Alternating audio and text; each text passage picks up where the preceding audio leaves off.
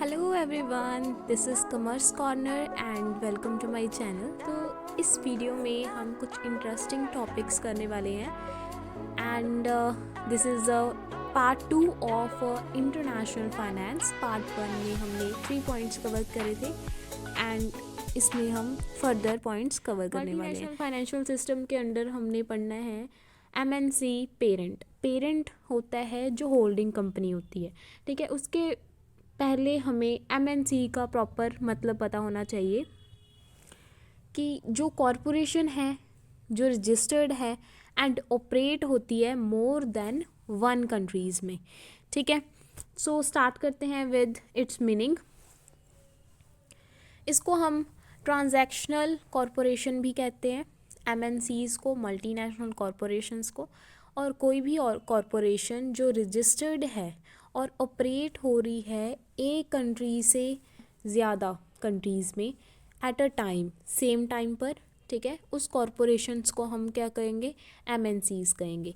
Generally ये corporations के headquarters होते हैं एक कंट्री में और दूसरी होल कंट्री में ऑपरेट हो रहे होते हैं in another countries, like subsidiaries होती हैं इसकी, ठीक है। उसके बाद हमने पढ़ना है multinational financial system. Multinational financial system में हमने एक चार्ट के बारे में पढ़ेंगे जो ये आपके सामने है, ठीक है।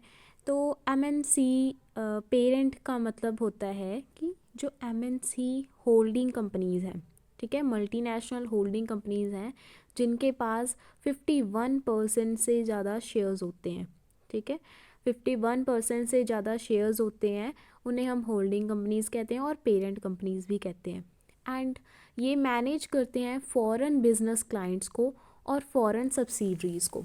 इन दोनों को ये मैनेज करेगा।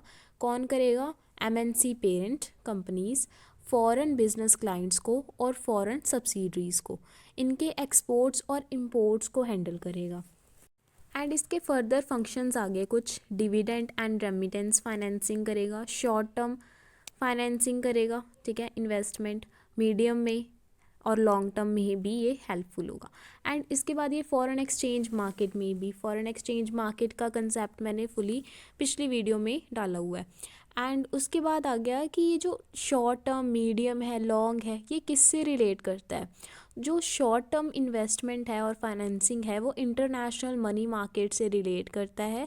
And medium long term financing है वो रिलेट करता है इंटरनेशनल क्रेडिट मार्केट से एंड वो इंटरनेशनल स्टॉक मार्केट से लॉन्ग टर्म फाइनेंसिंग। उसके बाद जो फॉरेन सब्सिडरीज़ हैं, ठीक है, सब्सिडरीज़ का मतलब होता है जो होल्डिंग के अंडर काम करती हैं वो कंपनीज़, वो रिलेट यहाँ पे करेंगी इन सब को मैनेज करने में, ठीक है। समझ आया कि ये फॉरेन सब्सिडरीज जो हैं ये तीनों को मैनेज करेंगी, अंडर किसके आते हैं? एमएनसी पेरेंट के अंडर आते हैं। अब ये सारे फंक्शंस कौन परफॉर्म कर रहा है? एक तरह से एमएनसी पेरेंट ही परफॉर्म कर रहा है। उसके बाद हमारे 3 पॉइंट्स आ गए इसके further. Modes of transfer of funds. कौन से मोड्स होंगे ट्रांसफ़र ऑफ फंड्स के? अब कौन डिसाइड करेगा? वो भी एमएनसीज़ ही डिसाइड करेंगी, जैसे लोन्स के एंड डिविडेंड्स के और इंटरेस्ट के। ये तीनों के जो मोड्स हैं, किस मैनर में ये ट्रांसफ़र होंगे, वो मोड्स डिसाइड करेगा MNCs. And payment schedule, payment schedule में क्या होएगा कि जो पेमेंट शेड्यूल है वो भी एमएनसीज़ ही फाइंड करेंगे और सिलेक्ट भी करेंगे, ठीक है। अब पेमेंट्स जो होती हैं इस केस में नॉर्मली डिपेंड करती हैं एक्सचेंज रेट मूवमेंट पे, गवर्नमेंट रेगुलेशंस पे, ठीक है। तो उस पर भी डिपेंड करता है कि आपकी स्पीडी होगी पेमेंट या डिलेड होगी। Managing firm value, managing firm value अब कैसे एमएनसीज़ कैसे इसे हैंडल करेंगे? तो इसमें है जो प्रॉफिट होता है ना हाई टैक्स नेशन का, वो लो टैक्स नेशन के प्रॉफिट से ट्रांसफ़र किया जा सकता है। जैसे प्रॉफिट है हाई टैक्स नेशन का, वो ट्रांसफ़र होगा लो टैक्स नेशन से, ठीक है।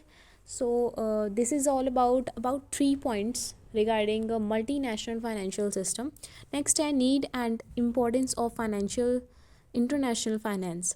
फर्स्ट है डिमिनिशिंग नेशनल बाउंड्रीज़।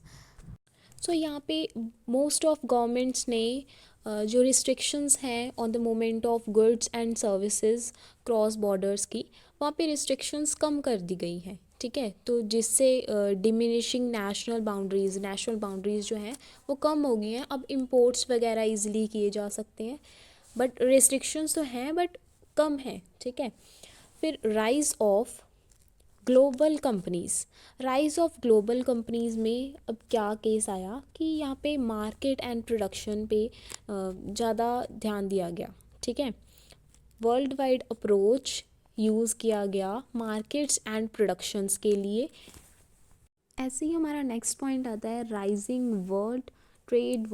इस पॉइंट में देखो कि इस चार्ट में दिखाया गया है कि एक्सपोर्ट्स एंड इंपोर्ट्स दिए गए हैं 2011, 12 और 13 के, ठीक है। इंपोर्ट्स और एक्सपोर्ट्स दिए गए हैं इन तीनों ईयर्स के। एंड वर्ल्ड के अकॉर्डिंग जो डेवलप्ड इकॉनमीज़ हैं, डेवलपिंग इकॉनमीज़ हैं, और ट्रांजिशन मीन्स चेंजेस इकॉनमीज़ हैं, चेंजेस जो हो रहे हैं वो।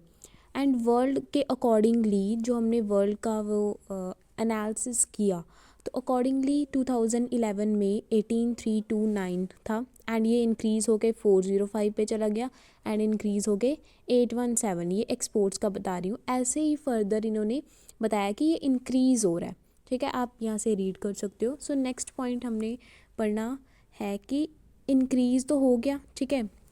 नेक्स्ट पॉइंट है increased cross border capital flow. तो इसमें एग्जांपल लिख सकते हो एफडीआई की। FDI means foreign direct investment. Foreign direct investment के चलते हुए क्रॉस बॉर्डर कैपिटल फ्लो जो है वो राइज हो गया। सो फॉरेन डायरेक्ट इन्वेस्टमेंट की भी फुल वीडियो है, आप वहाँ से देख सकते हो।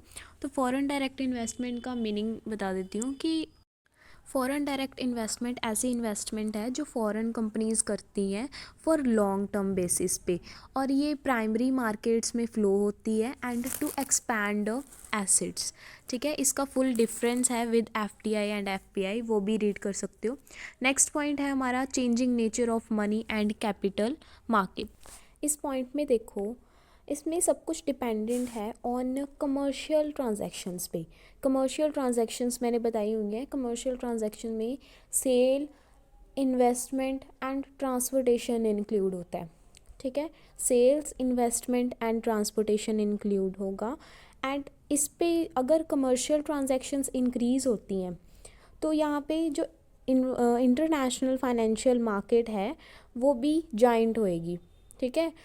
उसका साइज़ भी एक्सपैंड होता जाएगा जितनी कमर्शियल ट्रांजैक्शंस इंक्रीज़ होंगी। तो यहाँ पे मनी के नेचर पे कैसे इफ़ेक्ट पड़ेगा, एग्जांपल देखो। अगर यूरो मार्केट है वो एक काइंड ऑफ मनी मार्केट है मान लो, एंड उसके ऊपर कोई रेगुलेशंस नहीं है एंड वो प्रोवाइड कर रही है अपॉर्चुनिटीज़ फॉर इन्वेस्टमेंट, तो वहाँ पे भी यहाँ पे फंडिंग एंड स्पेक्यूलेशंस की अपॉर्चुनिटीज़ प्रोवाइड की जाएंगी।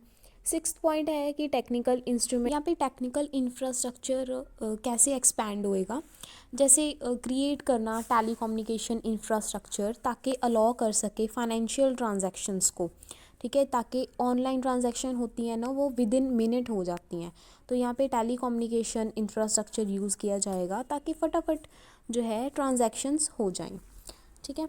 नेक्स्ट पॉइंट आ गया। नेक्स्ट पॉइंट है global consumers and global competition. Global होता है all over the world, spread होना है ना, और यहाँ पे इंटरनेशनल फाइनेंस के चलते global consumers and global competition यहाँ पे रहेगा, ठीक है। नेक्स्ट पॉइंट है development of supporting financial infrastructure.